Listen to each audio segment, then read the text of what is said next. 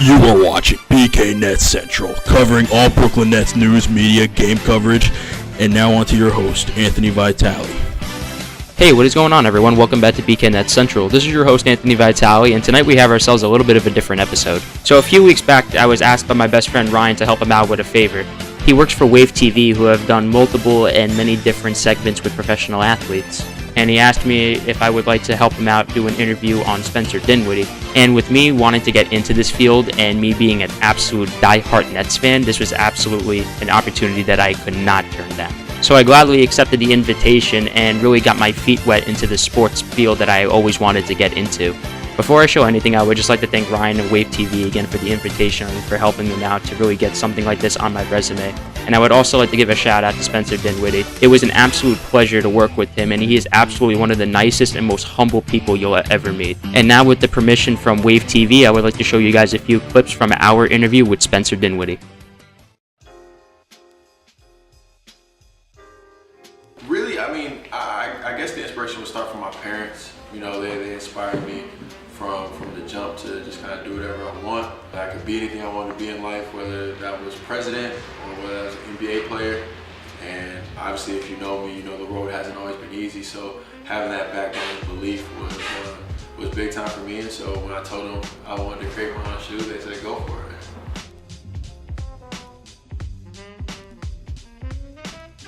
Obviously, you know, going through my junior year, I believe we were 15-2, 16-2, top 15 team, probably about to be top 10. We were kind of rolling and just beat Oregon.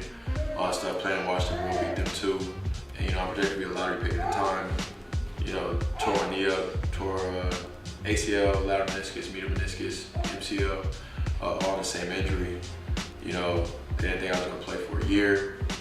Obviously, my draft got cratered. And, you know, you're in those moments, those types of things define you, and you're faced with a decision. I still declared for the draft that same year, 3 months post-surgery or whatever it was. Still wasn't playing or anything like that at the time. That's something that continues to shape me because I was determined to make it happen regardless of my circumstance.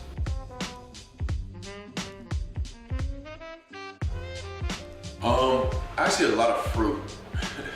So I know yesterday they were saying like, what was I carrying in the 2 trays when I walked in or whatever? Like it was 1 full tray of watermelon and then 1 tray that was split honeydew and pineapple. So yeah, I eat a lot of fruit, drink a lot of smoothies, try to be as healthy as possible. Really, diet's kind of boring.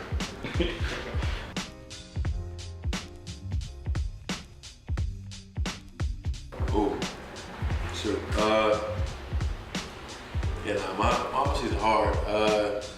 Get up at 6, I go run in the sand.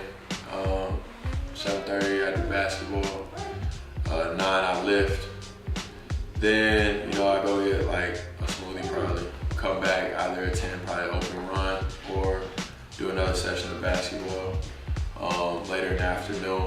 I mean, that's a really typical day. Probably 6 to 10, and then another like 4 to 6.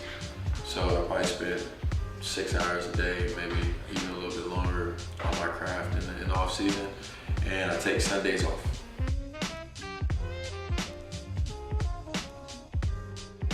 Probably Ed Davis, big time rebounder, great vet, always in the right spot, plays really hard, sets great screens.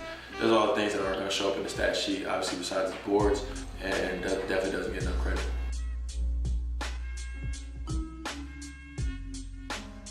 So that's the thing, we actually hang out a lot more than most teams.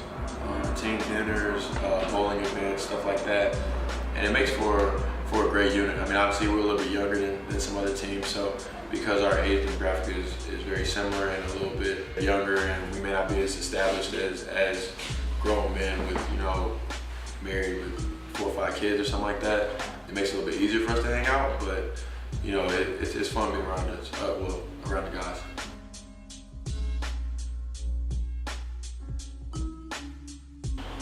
Shoot.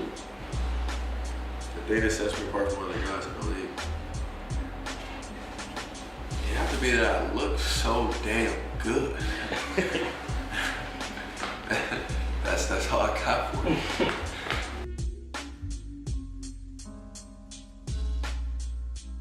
It had to be championships, man. Like, I feel like that's how your legacy is defined. And obviously, everybody wants to take care of their family, do all those things, but you know, at the end of the day, you only have a certain window to do this. Probably do this at a really high level, so I'm 32 or so, and you know, I want to get a couple championships out of this.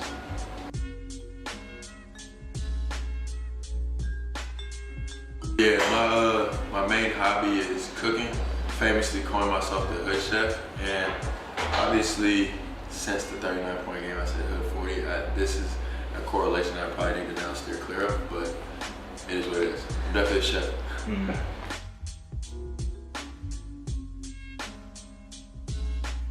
I'll say what my parents like me to do. They like me to make a urban crusted prime rib for Christmas. Oh yeah, slow roasted. Hey, it's real out here.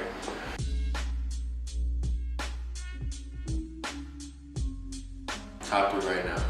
Well, obviously Drake, like, he don't miss. He got the Midas touch.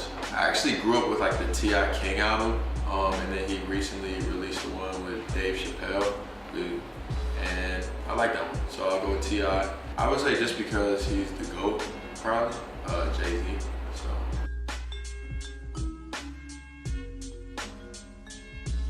So this is a really, really, really tough question. Actually, extremely tough question. But I'm going to say, because my favorite superhero is Iron Man, I would like the ability to interface with technology. That would be my superpower. And I mean, I don't think anybody will be able to stop me since everything is digital nowadays. So I'll have cameras attacking you and whatnot.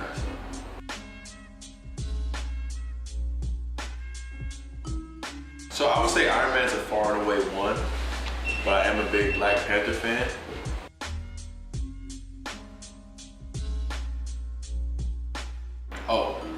Well, my favorite movie would be the MCU, or favorite line of movies rather, I guess would be the correct grammar. But my favorite TV show is Power.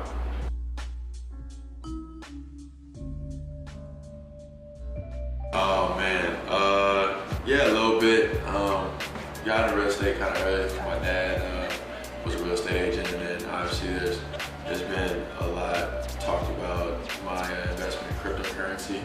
So that's usually where the entrepreneurial stuff comes from. I am a big crypto fan, and you know, advocate for blockchain and distributed ledger technology in general.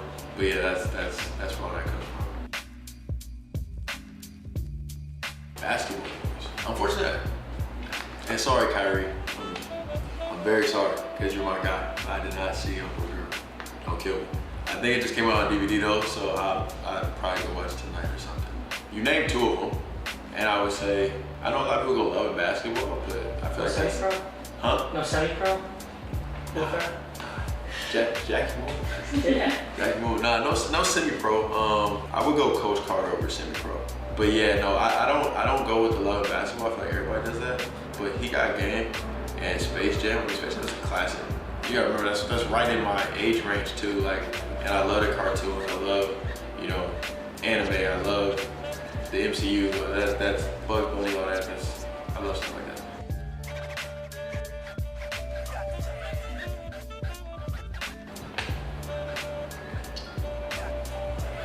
Let's see. The best teams right now are Rams, Saints, Chiefs. Mahomes is a monster. He's a monster. But they wouldn't give it to him though, not off 1 year. I feel like they wouldn't do it. Out of those teams, Drew Brees. I mean, and everything he's done now, he's like, well, he's 40, right? He's gonna be 40 in January. Yeah. Yeah, like, that's killer. Top 3 team in the league. 40 years old, broke all these pass records, all that stuff. I'd be my person to give it to him, because I don't think they'll give it to Mahomes. You know what I mean? Even though he's out here throwing no-look passes like it's NFL Street, but yeah, so I'm gonna roll Drew Brees.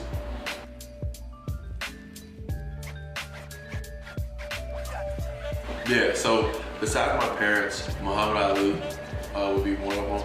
Just in terms of the confidence and the bravado that he spoke with, and you know, his intelligence and dedication to activism and just the common man. and then also Bruce Lee, because just like the higher level of thinking that he had, and the peace and the serenity that he kind of operated with. It's the reason I have Be Like Water on my wristbands. And that's all that I was able to include in which the questions that we have asked Spencer Dinwiddie during our interview. I would like to thank Spencer Dinwiddie again for taking the time out of his day to do this, because it really was a truly once-in-a-lifetime opportunity for me to meet with one of my basketball heroes and idols and really ask some questions that I maybe really wanted to know about him and all, and just the whole experience being able to socialize with him and be able to get something like this on my resume was truly unbelievable. And that will conclude tonight's episode. We hope you guys enjoyed this very different yet very cool episode of BKNet Central. Please be sure to subscribe down below and follow our Instagram and Facebook pages at BKNet Central. Thank you so much again for tuning in. We will see you after the Brooklyn Nets take on the Atlanta Hawks tomorrow night.